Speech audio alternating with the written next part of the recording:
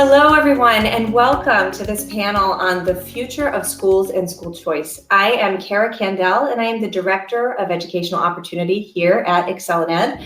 I'm excited to be with some great panelists today. To state the obvious, the world has changed quite a bit in the past year, and school-aged children and their parents have felt those changes quite acutely, to say the least.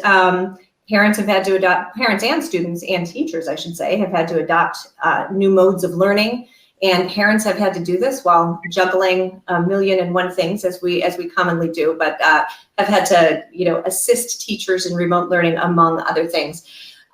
This has led to a lot of speculation, especially among what I'll call the wonk class, about whether schools will go back to normal.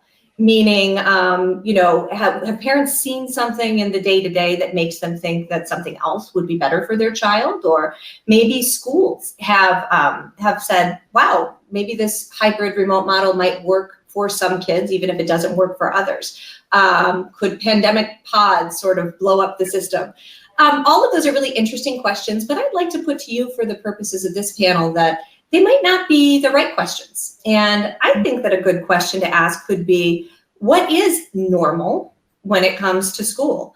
And while it's true that the vast majority of school-aged children attend schools to which they are assigned in this country, we've had innovative school options cropping up for decades, and most recently in the past few decades, quite a few. So millions of students in charter public schools, millions of homeschoolers in this country, and now more than 500,000 students using government funds or government programs to attend private schools. Add to that even newer forms of education. Micro schools has become a household word in a household world in some places, word in some places, maybe a little bit in my house more than others, given my profession. But all of this to say that the way we do school is different for different people. And I know that I believe, and I think our panelists do too, that that's a pretty cool thing. So today with this panel, the goal is to shed light on some of those innovations, many of which have bubbled up from communities and from parents, that we're learning about. And these are innovations, for the most part, that existed before we even heard of this thing called COVID-19. But the pandemic has served to shed light on some of them. And the other part of this conversation is about, how do we help these innovations flourish? So when they're good, when they're serving families well, how do we create the conditions that allow them to grow in intentional, high quality ways, instead of regulating them to death or quashing them? And I think that this is going to be particularly important for some of the policymakers and legislators in our office, at our summit today, to hear about. So with that said, I'd like to introduce our incredibly smart and diverse panel, very diverse backgrounds here, so I'm going to try and get these names right. I'd first like to introduce Kayla Svedin, who is the founder of Empowered Arizona Families. She is also a parent who uses Arizona's first in the nation education savings account, also sometimes known as education scholarship accounts. And for those of you to whom that means nothing, in brief stroke, I'll let Kayla say more, but an education scholarship account is when the state designates something hopefully close to the amount of money that a child would have followed a child to his or her assigned district school, and allows parents the flexibility to choose from a range of approved services that they want for their children. So anything from private school tuition to therapies for special education. We also have with us Mike McShane, who is the National Director of Research at EdChoice. And Mike is someone who has studied and written extensively about cool new models of school. Most recently, he's got a new book out on hybrid homeschools. And last but not least, certainly not least, we're joined by Kelly Smith, who is the founder and CEO of Prenda. And I'm going to let Kelly tell you a lot more about what Prenda is, where it came from, and where it's going. But Prenda to date has, he'll correct me if I'm wrong, but I think over 200 micro schools now nationwide. So a lot to learn about today. Kayla, I'd love for you to open us up. And so you are the founder of Empowered Arizona Families, as I mentioned. You're also a parent who's been going through this like the rest of us have. Can you talk a little bit about the opportunities that Arizona's ESA provides families, And then maybe also tell us a little bit about why you founded your organization, which is for ESA families specifically. Yeah, I'm really excited to be here. And maybe there are some people that don't know what ESAs are or what they do. Here in Arizona, our ESA program will allot 90% of what would otherwise go from the state to their assigned district based on the per pupil spending amount. So I can access 90% of my children's allocated pupil funding, and I can use that towards private tuition or curriculum to use for home education. I can hire a certified tutor, educational therapist, like speech therapist, occupational therapist, and I can pay for different like online learning or other classes outside. You know, one of my daughters, for her occupational therapy, she actually does karate. And we're able to use her ESA for that. And it's fantastically flexible and customizable, and it's been amazing for her. I have 2 other children on it as well, so all 3 of them benefit greatly from this program. It has been, especially in this time with all of the school shutdowns last year, with the pandemic, a lot more families have gotten onto it because it has allowed us to be more flexible in how we meet our kids' educational needs. I founded Empowered Arizona Families right before the pandemic started. And I did so because in Arizona, while there are a lot of groups that are helpful to our program and want to help protect it and be a voice, on the Capitol for this program and help create what it is, the parents and families in the program didn't have a cohesive public voice and platform yet. And we went through a big thing in January where the Department of Education in Arizona that manages the ESA program actually disclosed our private information publicly, inadvertently, but still it was out there. It's just kind of one of those, it's cat's out of the bag. You can't get it back in. And there were a lot of parents felt very disenfranchised at that point. Like, we didn't have a voice. We weren't able to speak out, and no one wanted to hear our story for that. And, it kind of came about as this, thing of necessity. We needed to have an organization. And so myself and a few other really awesome ESA moms got together and we created it. And once the pandemic hit, we realized, hey, we've got something here that we can use to help a lot of families find and use this program to its best ability. So that's kind of what I'm doing. That's it. Yeah. And obviously ESAs are receiving a lot more attention in other states post-pandemic. For some of them, for use only in public schools, but a lot of states now looking at this sort of direct relationship that parents can have to choosing the educational option that they need for their parents as something that's a real positive. So great learning from a parent-driven effort to make sure that you all are getting what you need.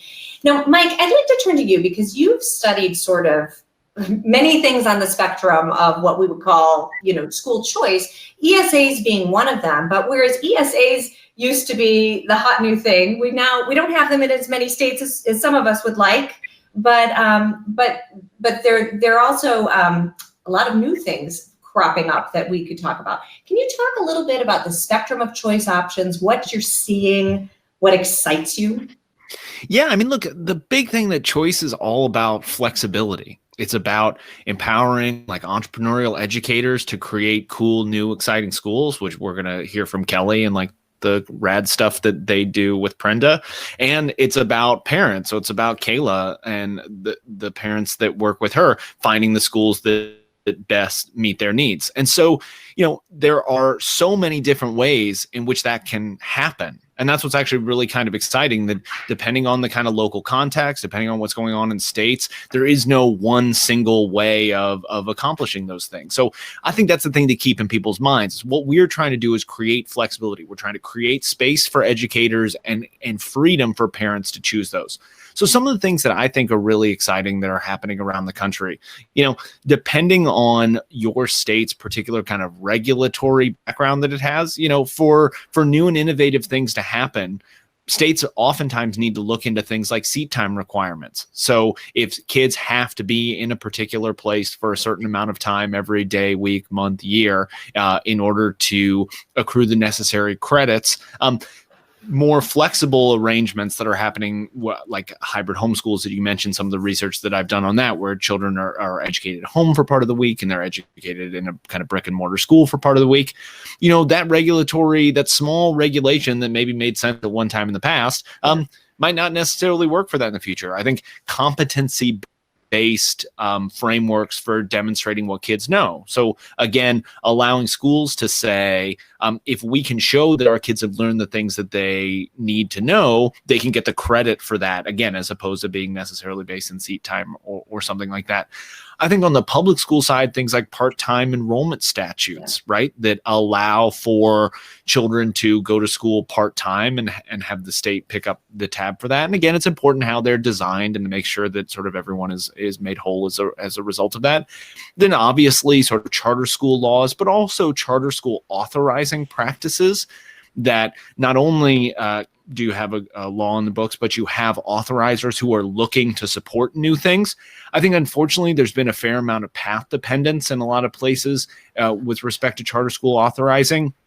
People say, here are the 3 or 4 models that we love. Can we just get more of those? Or schools that look like those? And it can be more difficult for innovative school leaders to get in there. So charter school laws that have the space, but also the authorizers that have the kind of mentality towards that. And then obviously some things we were just talking about on the private school front as well. So it seems to me like the way to maximize, on the private school side, if you want to maximize flexibility, education savings accounts are the way to do it, right? Vouchers are awesome. Tax credit scholarships are awesome. All of those things are totally cool, and I'm for them 100%.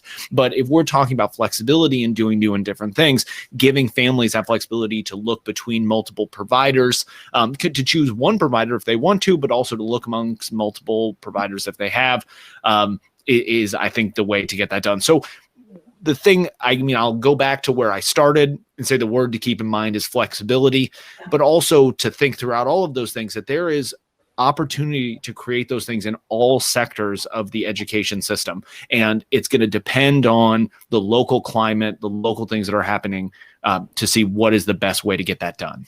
Yeah, it's a key word. I might add to that too, that we need flexibility and we also need the ability to be nimble. I think at the current moment it shows, and I think the two really go hand in hand, right? But for folks who, and Kelly is one of them, for folks who have the ability to sort of flip the script on a dime. I think that's where we're seeing really cool things happening. So Kelly, this is a perfect moment to pivot to you, because you are a parent who saw a problem, fixed it, and 200 plus micro schools later. Tell us about Prenda. Tell us about, first of all, let's define what it is, how you think it's different, and tell us a little bit about the programs, the families that you serve.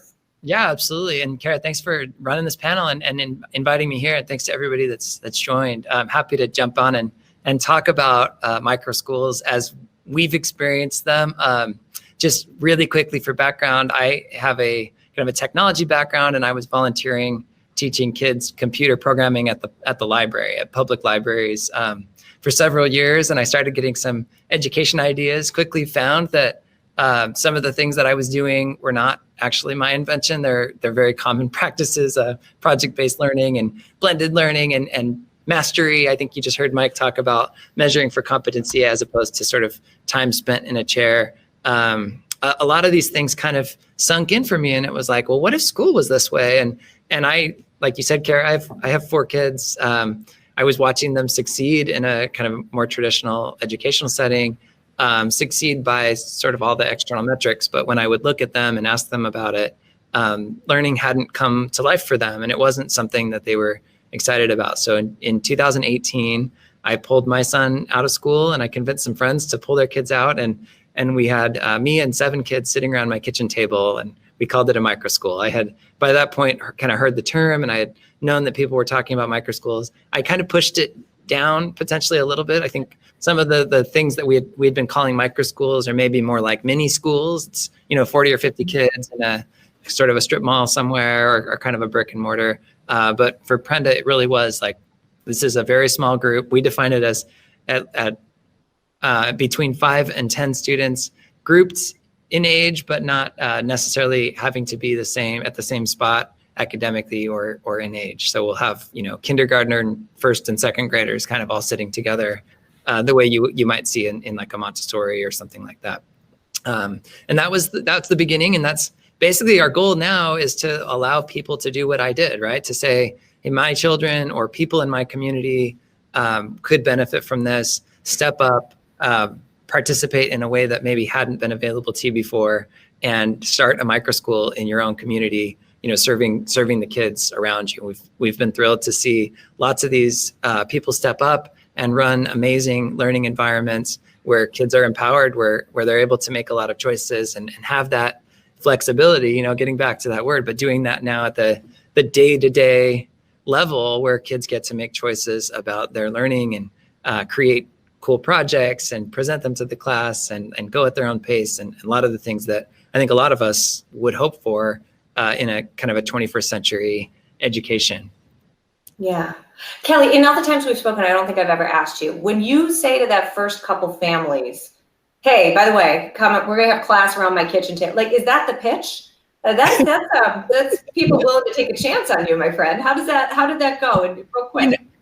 And we see this today too with the classes that are starting. Part of why they made the jump was the things that I said about education resonated, right? I will always go back to this quote by Plutarch from thousands of years ago, who says, "The mind is not a vessel to be filled; it's a fire to be kindled." And for me and my kids, and for my friends and their kids, education kind of in a traditional setting had been, here's the standards. Get it into your head, hopefully long enough that it will come back in April on the standardized test, and we can all show that learning is happening. But that process, if you think hard about the analogy, if the goal is to light a fire, pouring water is exactly the opposite thing. That you're not going to get there. And so that message resonated with people. The other half of it, and the reason they felt okay about it, was these people knew me, right? I had been volunteering and serving their kids at the public library as a volunteer. I, knew some of them through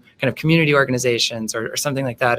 And so their calculus is basically, hey, here's Kelly Smith, like nerdy, crazy, but a generally good person. And I would trust him with my kids, right? That's ultimately the question. And here's this new kind of these new-ish ideas around education. I always do point out, by the way, that none of these ideas are mine, right? Like, people have been talking about personalizing education for a relatively long time, measuring for mastery, and we're using Socratic discussions and inquiry-based, like, constructivism. These are things that go back 100 years in the education research. So it's not like I invented a new way of doing school. I just took these elements, put them together, and took away some of the kind of structural constraints that have prevented that from happening in kind of your traditional classroom.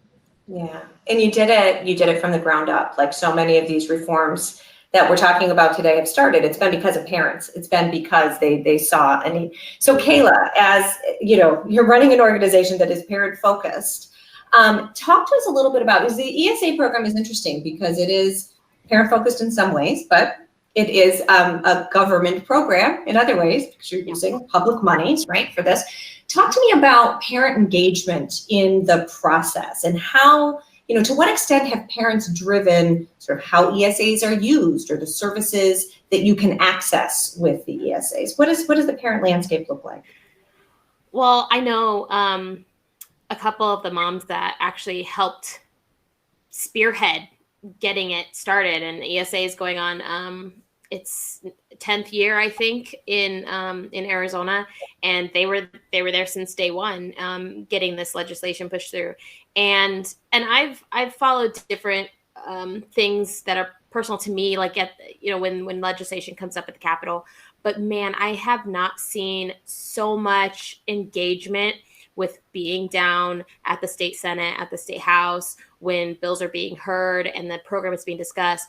I mean, parents will just come. And I mean, back when we could come in person, but the semester before I was actually in the program, there was a large bill going through that was trying to open up and expand like the eligibility for students, and parents are down there. We all have our kids with us. Like a lot of, the majority of ESA parents have children that have, disabilities, whether it's like learning disabilities or medical disabilities.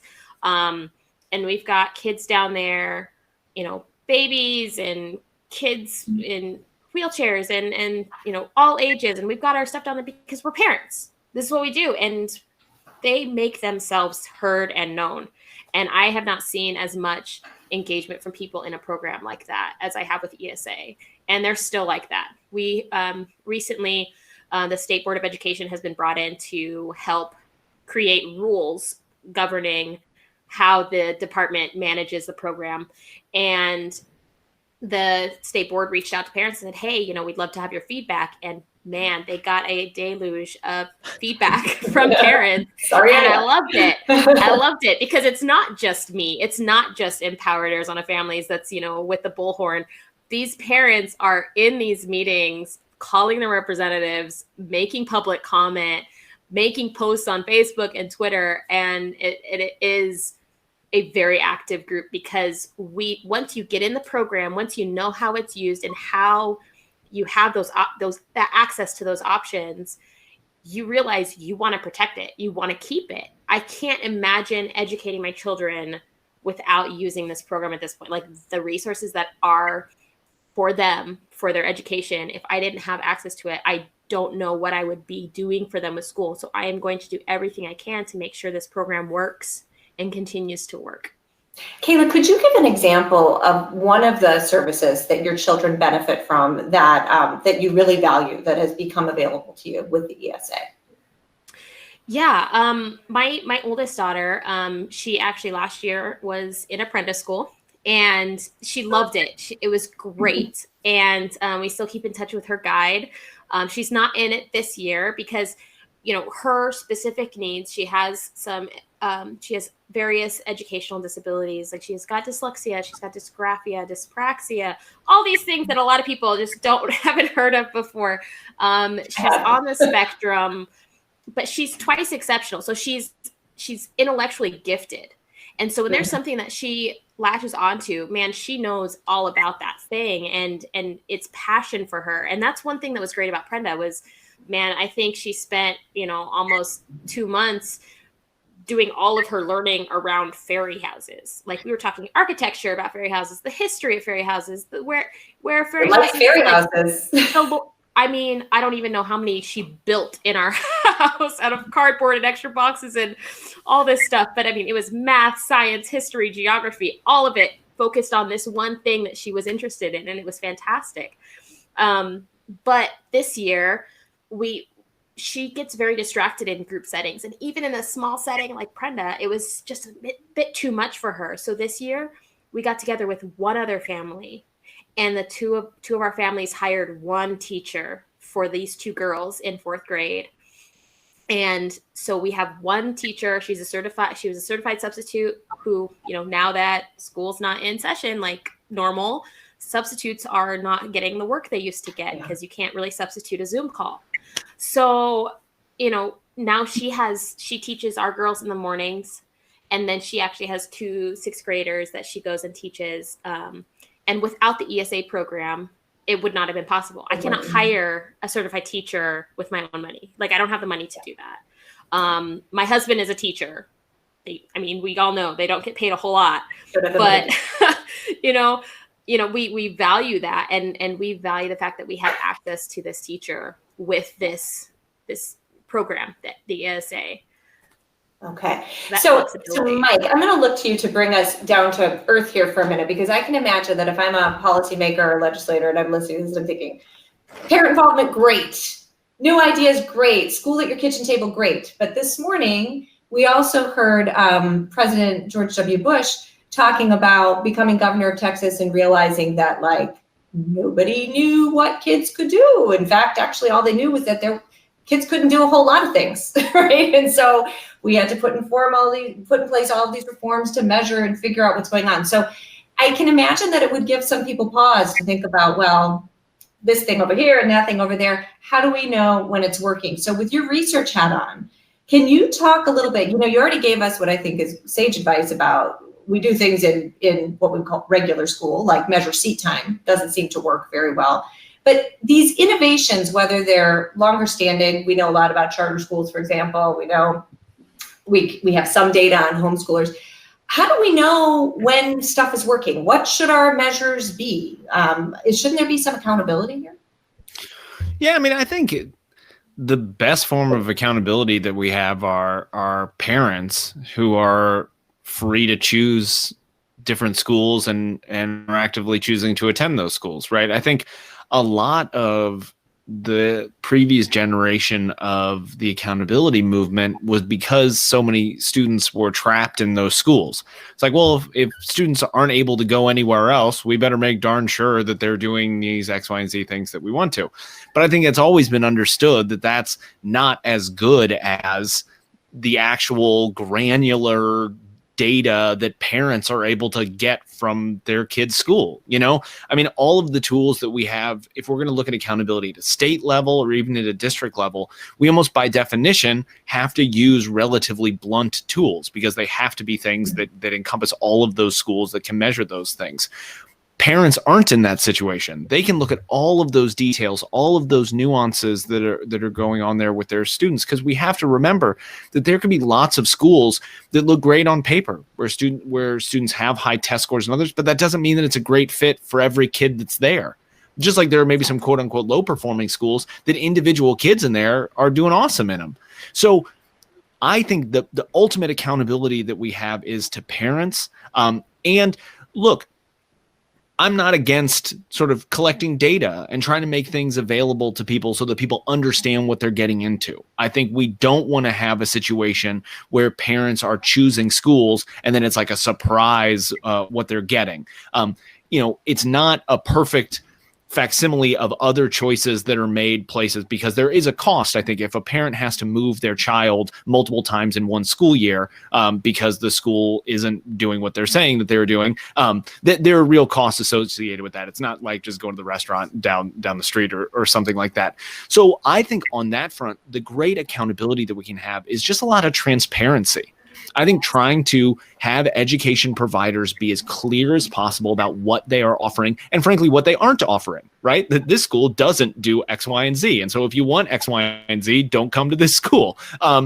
So I think that level of transparency of both on sort of objective metrics where you might be looking at things like test scores or graduation rates or college matriculation rates or any of those sorts of things that are just able for people to see. But there's also lots of different ways that we've seen in the marketplace of people having the opportunity to rate things, right? Like, so creating clearinghouses of information where parents can go in and share their reflections of schools and communicate with one another and ask each other questions. I think like it's 2020. Thankfully, it's almost 2021.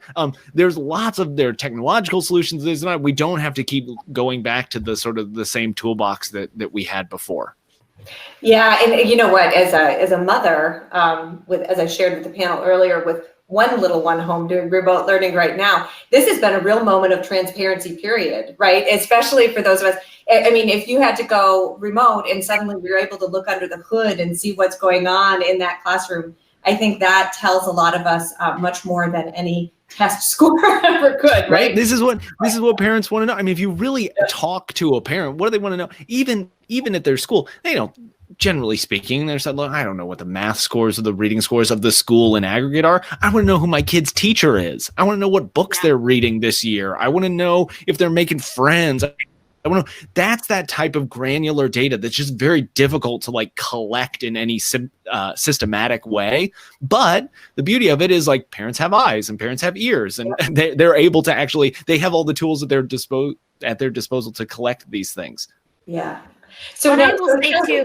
Yeah, go ahead, Kayla, please. All right. Like, so you brought up, former President George Bush was speaking this morning with the keynote, and he said something about the accountability, that Mike was talking about. He says, in order to make the case for school choice, you have to first make the case that the accountability system proves the school district is not improving. And this idea that I am glad that we can measure schools' performance. Like it's a good idea. We should have those kind of metrics. But for me, as a parent, if I am, restricted to a school for my child, even if that's a fantastic school, A+ school, and they're improving test scores year over year, but my child's individual needs are not being met by that school, and that's a failing school for her. And I, as the parent, should have the ability and access to the resources that enable me to move her somewhere where her needs are met. And it's great that, we can say, oh, hey, 93% of, kids are meeting these benchmarks, but, what about the other 7%? What about the opposite end of that spectrum? We shouldn't just say, hey, your school's good. You're good. Every parent of every child needs to have access to options that they can exercise, whether they choose to stay where they are because they're being, having their needs met, or whether they can take their children's resources to go meet them elsewhere. That should be accessible to every parent. Yeah, well, we would hope. And so maybe that is, the future of schools. Maybe this is part of what we're learning. I hope so. Now, Kelly, to the points about transparency, there's probably few schooling experiences that are as transparent as what you started to do back then, right? And that has, I imagine, been part of what's driven the growth of Prenda.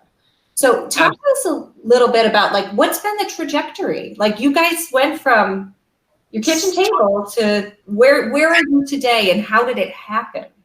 Yeah, 3 years ago, there were 7 students and 1 guide. I was the learning guide supporting those 7 kids. Today, it's in the high 3,000s and about 400 microschools. So we got to update those numbers, Cara, a little bit. But that's in now multiple states. We have 2 states where we're working with credentialed school institutions, whether district or charter schools, that we're a partner to them, and we can offer this tuition free. And then we have people in other places that are kind of buying curriculum and putting together their resources. But as we look at it, we ask this question a lot, why are you here? 85% of our parents say, I heard about it from a friend. I talked to somebody in my neighborhood, and this idea of parents are powerful, and then they do talk about this. And I think for a long time, there's been this sense of, well, there's nothing really you can do. You just sort of send your kid wherever you live, and you can, if you can afford it, pay for private school or pay to buy into a neighborhood where you feel happy with the school. But just like Kayla's talking about, I think each kid is different. There's going to be different circumstances around it. It's the most touching for me to just spend time with the parents and the learning guides who are running these Prenda micro schools, and just ask them this question, what was it? Why are you here? And they'll always, invariably, there's a story around a single child who was crushed for some reason or another. It wasn't working. And this kid, these heartbreaking stories of something that was said to them by an adult or other kids, these moments sitting in the car or outside of a school where the kid just doesn't want to get out. It's just I'm dumb, I'm worthless, I've got nothing to contribute. These are the kind of self-realization moments that are happening. And that's not to say that's a problem with the overall institution, but for that parent, they're watching this happen and they're saying, I've got to do something, And so for us to show up and say, hey, you can actually organize a learning environment for that same kid a couple weeks, months later, to be coming home from a day of learning in a small, safe group environment and lit up, excited about what they did today, talking about their gains in math, and that transparency is right in front of their face. Every kid in Prenda sets a math goal every day and an English goal every day. They're watching themselves master the learning standards, the academic standards. They approach these tests not as this scary, terrible thing. It's just yeah, of course, I'll take a test, I'm learning math and here it is. But then they're also, talking about the eggs they dropped off the roof and the projects that they built together with their friend, and they come home and keep working on it. And to see your child go from I can't learn, I hate learning, to I love learning, and learning is what I want to do for my life. Like a parent sees that. I mean, I'm like, even just thinking about it, it's like it like is electric for me. But that's powerful, right? And these parents are powerful, and they go out and they create it, and they'll take their existing micro school, and then they'll peel off and make a new micro school. Or, Kayla's made a separate thing that's kind of what would you call it? A nano school. Kayla, it's even smaller. But the power in these people is really what's driving this, and we're grateful just to be part of it, to know them, and to provide the tools and resources that they need so that it's easy and it's available to them as a path. Okay. So there's something that we haven't talked about yet. I mentioned at the outset in the comments that I think that the best question to ask is like, what's normal for school? And it's sort of like, well, what's normal for you? But we're also been living through this just utterly abnormal year and moment. And Mike, I'm going to throw this one to you because you recently had a great piece in Forbes about the pandemic pod, which is, the new thing everybody's talking about, whether you're a parent or a policy wonk. And I think that we understand them, misunderstand them. I'm curious if you can talk a little bit about what you've observed in parents who have chosen to form pods and why they exist. And where do you put your finger on the scale? Is this moment that we're in going to serve to really flip education as we know it on its head, or is it a blip? Yeah, it was really interesting. So we at EdChoice do a lot of polling. Partnering with Morning Consult, we poll a representative sample of Americans every month, and we poll a representative sample of American teachers every quarter. And we, in the parent sample, in the general population sample, we oversample parents to make sure to have a large number of them. And so we started asking this question a couple months ago when we heard about these pandemic pod things, the pod people. I don't know what the best term is to describe the people who participate in pods, but there's a certain alliteration of like people who participate in pods that I like. Yeah, we think of the people who participate in pods. But what we saw was like really huge numbers of people when we would ask a question like, "Are you participating in a pandemic pod, or would you like to?" I mean, like I'm trying to remember the number of times. Something like a third of families or something were coming back and saying that. Now, obviously, those of us who like school choice or that was like, this is crazy. This is a tsunami. This is like a groundswell. Well, when something is too good to be true, it usually is. So what we did in our most recent iteration of the survey was ask the people who are participating in pods, is this like a standalone school that's like a micro school or a nano school or whatever term you want to put on it? Or is it like your kids are doing online learning and you're just all getting together in one house, but you're really enrolled in the public schools? And it turns out for the lion's share of folks, it's the latter. It's that they're doing online learning, but they want to come together for it. Now, the question does remain, next year and in the time after, will we see things like this continue? And I think two points are worth making. The first one is that even I think from our estimates, maybe from like the percentages of the percentages, it might only be maybe 4 or 5% of our respondents who came back and said that they were participating in pandemic pods. Yeah, that's like as many kids are enrolled in charter schools, or like as many kids who attend Catholic schools. And it took Catholic schools like a couple centuries to get that far. It took charter schools a couple decades to get that far. And so for pandemic pods to get there in a matter of months, I mean, that's a big deal. We have to keep in mind when we talk about the American school system with like 55 million kids in it, 1% is a lot of kids. Like we're talking about a lot of people there. And the second thing is, I think sort of exactly what Kelly was talking about and what Kayla was talking about, like focusing on what problem do pandemic pods solve, and is that problem still going to exist next school year? And so insofar as, Lord willing, this vaccine and our brilliant scientists have solved this thing and we all get the jabs and we're all good, that specific problem may be solved. But a lot of the other problems that I think have been surfaced during this time period that we've been talking about, which is that like schools are not necessarily a great fit for kids. When parents actually see what kids are doing in the classroom, they're asking questions like, is this the best use of their time? Are they really being like challenged? Like, what's going on here? So I think those problems are going to remain. And so there are going to be opportunities, whether it's in pandemic pods, in micro schools, in hybrid homeschools, and all of these sorts of things to try and solve those problems. And so I tend to think that no, will a third of American school children be in some form of pandemic pod in 2 years? No, I don't think that that's true at all. But do I think a substantial and meaningful percentage of the population will be trying to find these new options to solve these problems? I absolutely think that they will. The big kicker, though, is having public policy that supports them in doing it, right?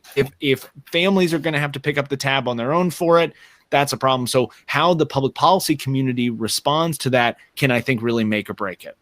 Yeah, no, so that's put on the table and I want to pick that up. But before I do, I'd love to invite the participants to please go ahead and start putting some questions in the chat. We absolutely want to make sure that we have time for questions. But Mike has taken us to the glaring question, right? And so said at the outset for the policymakers and the legislators that we might have listening, we know, I mean, one of the best examples is probably the charter school movement, right? So you can see when charter schools work, it's usually because the regulatory frameworks that states put in place allow them to do the things they need to do to be successful. And so there is a relationship there. And as we watch all of these new things sort of come up, we have to keep in mind, like, what are the big challenges that these innovations will rub up against, and what should folks keep in mind? Like with pods, it might not just be, sure, you might need a lot of money to hire a personal teacher, which is basically what it comes down to. But it could also be, is government treating them like childcare centers when they're not? And what does that mean for having my neighbors in my house and learning, right? So those are a couple of open questions. But Kayla, let me put this one to you, because the ESA is the longest standing reform that we've really been talking about here. What are some of the challenges? So you said at the outset that there have been challenges sort of on the administrative side that parents were working through. We shall say it sounds like the state board is working through.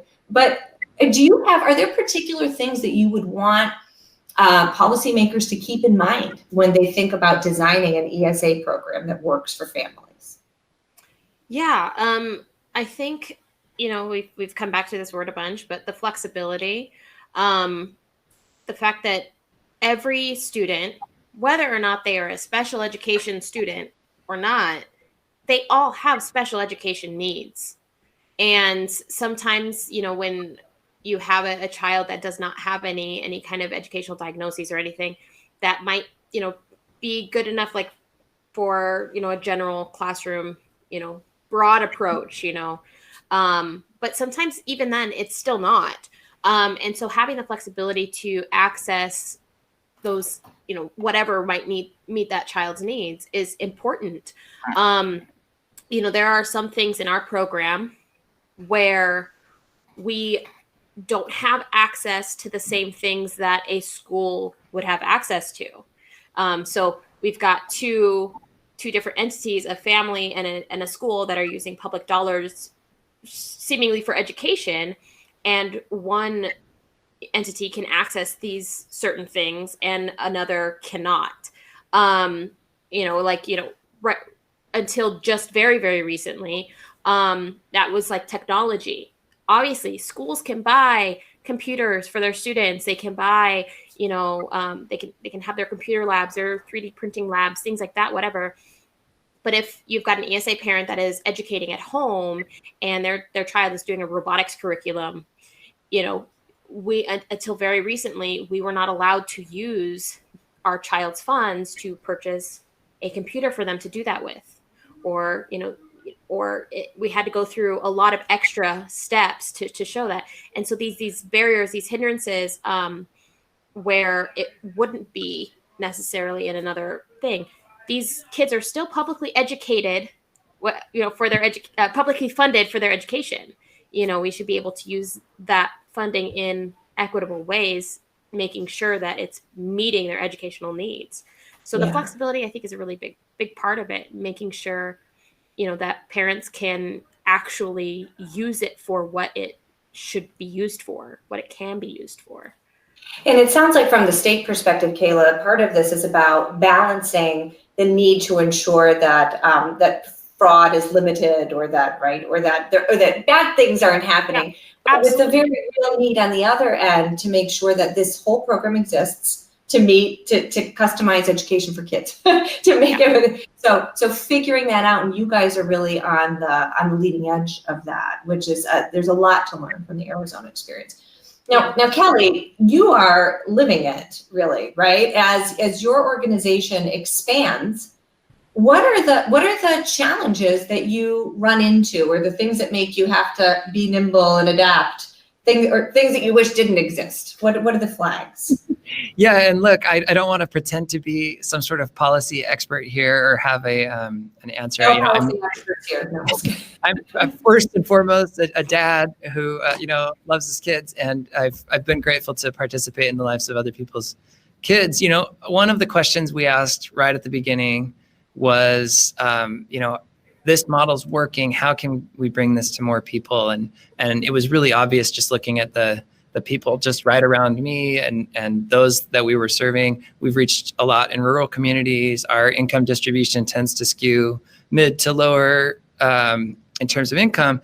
And so for these families, it was not going to be a question of let's do this as a private school. It had to be, for this to be accessible, for this to be open, it needed to be done, really in partnership with these things. But I think unlike, Kayla's got an agenda in the sense of promoting the ESA program, we like that. We have some small fraction of our students that use ESA, but we don't have a horse in the race in terms of how this goes, and deliberately so, right? Like we work with public school districts, we work with charter schools, we work with whoever is interested in providing this option.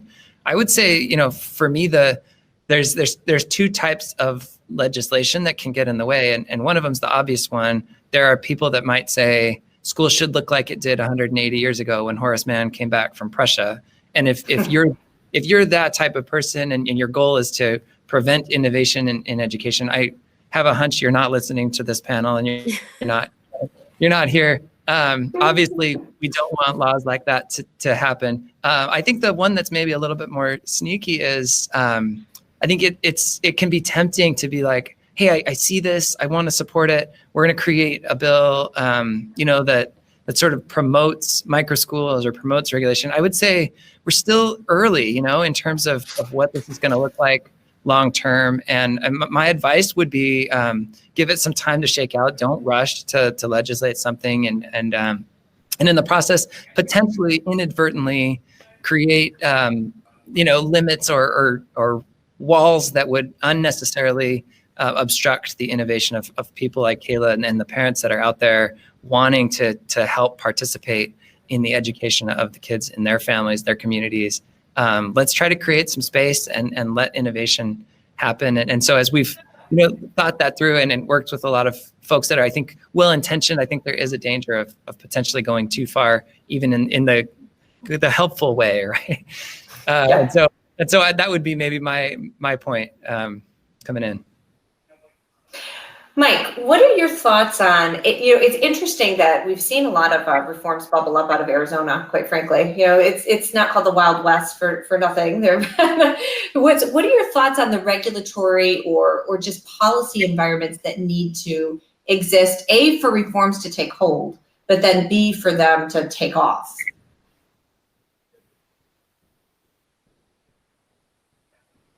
Oh, did we lose Mike? Mike? Oh, maybe. I try to answer for him, but I just don't. Yeah, I can't answer that. I'm not a policy expert. Well, what do you think? Do you have any thoughts, Kayla, about what it might have been about Arizona? I think Arizona for a while has been very open with options for educational choice. Like, I mean, we have just basic things like open enrollment. If you can get your kid to a school, they can go to that school. Yeah. And somebody had posted a question about eligibility requirements, and I was trying to read it, and I accidentally deleted it. And I don't know if anyone else can see that or if I deleted it. It's okay. We'll get it. We will get it back. But I would love to, because I was looking at it, because the ESA program in Arizona has, attendance requirements. Like, you have to be coming from the public school to the program. And so and different programs in different states are going to have, you know, their own requirements. But, you know, in Arizona, it's rare to be able to come into the program without having spent the prior year, or at least the first 100 days in your public school. Because it does that funding is based on the public school enrollment allotment funding. So, you know, many of the families that are coming have had issues in their previous school where their kids' needs weren't being met. One of my children needed speech therapy, and she was only getting it. She was only allowed one class once a week. She was in preschool. She was barely verbal, and she was getting 50 minutes once a week with 9 other kids that also had severe speech issues. And she wasn't in any other class. She wasn't permitted to be in any other any of the mainstream preschool stuff in the district. And when I finally took her out on ESA, I was able to use that funding and put her in a school where she was in a Montessori school for 12 hours a week and she was still able to get speech therapy. You know, so when parents are, you know, realizing, especially now during the pandemic, parents that might want to be, you know, like the idea of their school, they like their neighborhood school, but during the shutdown, they're going, where is the money for my kid going though? Because the Zoom class isn't worth it. You know, they might just have something small like speech therapy or something, but they weren't getting it during the shutdowns. They're not getting it virtually. And so while it might not completely change, I think there's much more awareness, even in like the mainstream public schooling crowd, of, hey, my kid comes with an amount of money and I want to know how it's being spent, and I want to know better how we can spend it better for my kid's benefit. I think that the awareness to that issue has become much more widespread. Back to the transparency piece. Absolutely. Mike, we're glad to have you back. I don't know what happened there. It's a virtual conference. It's bound to happen. But the question, and it looks like I'm going to look and see, I think, Kayla, you actually answered the eligibility question. So if we have more folks, please put them in. We do have a couple minutes left. But Mike, the question that I really wanted to pose to you is we, you know, if you put your policy hat on, what are the regulatory environments or just the environments, period, that you think might allow these reforms to flourish, all the kinds of reforms that we've been talking about? And then what are the environments that are necessary to help them take hold? I mean, we've talked about flexibility, but very specifically sort of with the policy lens. Well, that's the thing, is like, I think it's actually like a regulatory attitude, which is like, do you have a kind of permissive structure or do you have a restrictive structure? Which is it saying, are we going to allow people to try some new and different things and see how it goes? And then if something goes wrong, trying to do something about it? Or are we going to make people jump over tremendous hurdles just to have like the opportunity to operate? So I think that attitude change. And the second piece of it too is, and it's sort of what Kelly was talking about, of the more kind of pernicious variety of regulations at times, is like that attitude of like, what are these regulations actually trying to accomplish? Are we trying to protect the health and safety of children, which we absolutely should be, and therefore like there's a certain set of regulations that are going to accomplish that? Or are we trying to dictate what a school looks like? Are we trying to say that a school operates for a certain amount of time, or that a teacher has been educated at a particular place, or any of those sorts of things? And I think all of the policymakers here, the researchers, everybody can take a good hard look at every time these regulations get proposed and ask those tough questions. Like, what are they actually trying to accomplish here? Is it actually something that we think are going to keep kids safe, or to make sure that fraud or something like that isn't happening? These are all perfectly reasonable reasons to have regulations. But are they going a step beyond that and starting to dictate, well, there's no way like a good school won't have like a lunchroom or something like that? And you're just like, I don't know. I bet you we can figure out a way around that. So is it trying to shape what the school looks like, or is it actually trying to protect kids? I think those are amazing guiding questions, especially as you think through the sort of the sausage making that is, getting policy done, like to have those guiding questions in mind. So Kelly, there is a question in the chat that was about eligibility for micro schools specifically. So Kayla answered to the ESA. Can you maybe just really briefly tell us, like, what does it take to get into Prenda? So Prenda supports K through 8. So you have to be in that sort of range, and you have to have a place nearby. But like I talked about, those groups are forming organically. I'm thinking of an example in the San Carlos Apache Reservation in the eastern part of the state. We had a group of 4th, 5th, and 6th graders, and an amazing woman that stepped in and said, we can use this empty space in the back of a church, like a classroom we could use, and we can put this micro school together. And we were just grateful to know her. But those kids, had challenges in their life, and they had been part of a school, kind of a school environment that wasn't not only not academically enlightening, but also safe. It just wasn't a place where they were safe. And so for these kids to come and feel that safety, be able to step in. And I still remember vividly sitting down with this girl and pulling up Khan Academy and showing her how this works. Like, you get this instant feedback of what you understand and what you don't understand. And she looked at me and looked at the computer and was like, so I can just learn math at a pace. And it was this amazing moment where I was like, yeah, you absolutely can. You 100% can learn math. And the fire in her eyes was unforgettable. I mean, to go back and see. So our goal, in terms of eligibility, is to make it eligible for as many as possible. We partner, again, through various, we'll work with school districts, we'll work with charter schools, we'll work through programs like ESA, or there's programs in other states. Our goal is to make this as accessible as we can, and specifically putting extra effort on communities and populations that maybe don't have as many options. Flexible, nimble, accessible. I'm loving all of these little guideposts. So, okay, I don't see any other questions in the chat. We've got go ahead. Is there another one? Really quick. Yeah, Timothy had asked what I found as the most effective way to influence legislators.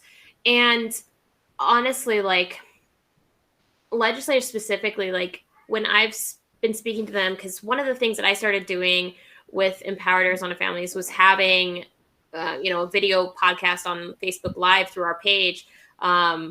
This summer leading up to the election and stuff, because ESA parents wanted to know, hey, who are my representatives that support the program, and what do they know about the program and things. And a lot of it was just like educating them on actually how it works, because there's so much rhetoric that gets flung around and, siphoning money and fraud and all this stuff. And they don't know how it works, and they don't know how it impacts the individual children. So a lot of it was talking one-on-one with these legislators, whether that was my personal representatives, or these ones from all other districts in our state, and just talking to them about how it works for my kid, like our experience. Personal story is such a big thing.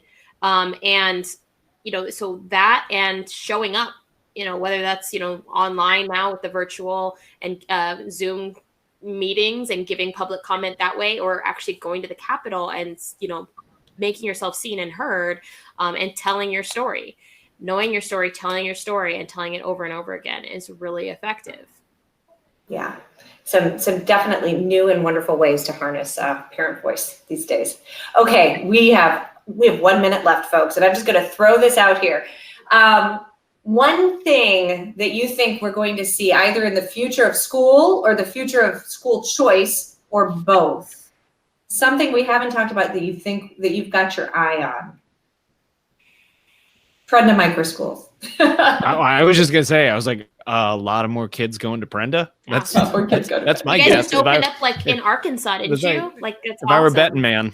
Yeah, I mean, definitely more Prenda, but really from my point of view, we've had situations where we've gone down the road with a school district, and the school board decides for various reasons not to partner specifically with us. I actually don't care at all about that. So what I really want is more kids empowered as learners, these stories that we've been telling. And so it doesn't have to be me. It's really important that we create a space for that to happen. And the thing I would look to as a secret weapon here is you're hearing Kayla and this passion, and there's a latent energy source in America called parents that have, I mean, and I don't mean this critically, like my wife and I have been parents. We'll go in and say, how can I help? And it's like, go staple these pages in the back. And it's like, we can play a bigger role. And by looking at that and honoring that and sort of recommending or enabling, empowering parents to step in and participate in a bigger way. And those parents are powerful and they're amazing, and they're going to do, like 5 years from now, I'd love to see this kind of ecosystem evolve to not be a thing where parents are kind of passively shipping their kids off, to the government or whatever. Yeah. Parents are part of the whatever school configuration it looks like, where they're part of the equation. And there's such amazing parents at all socioeconomic levels and in all communities. One thing that you'll find in common is parents love their kids, and that's not dependent on anything. So I would say just honor that and leverage it and try not to get in the way of it. Yeah, I think parents are really the sleeping giant in education. We're the sleeping giant in education, but parents are waking up, and I think it's going to be a pretty big reckoning. It's been quite a year for that. We will let that be the mic drop moment. Parents are the future of schools and choice. Thanks so much to our awesome panel. I've loved spending an hour with you. I hope that it was enjoyable for our participants. And in 5 years, maybe we'll all come back together and see if Kelly was right and Kayla was right. Thank you all. Be safe, be well. Take care. Thanks, everybody.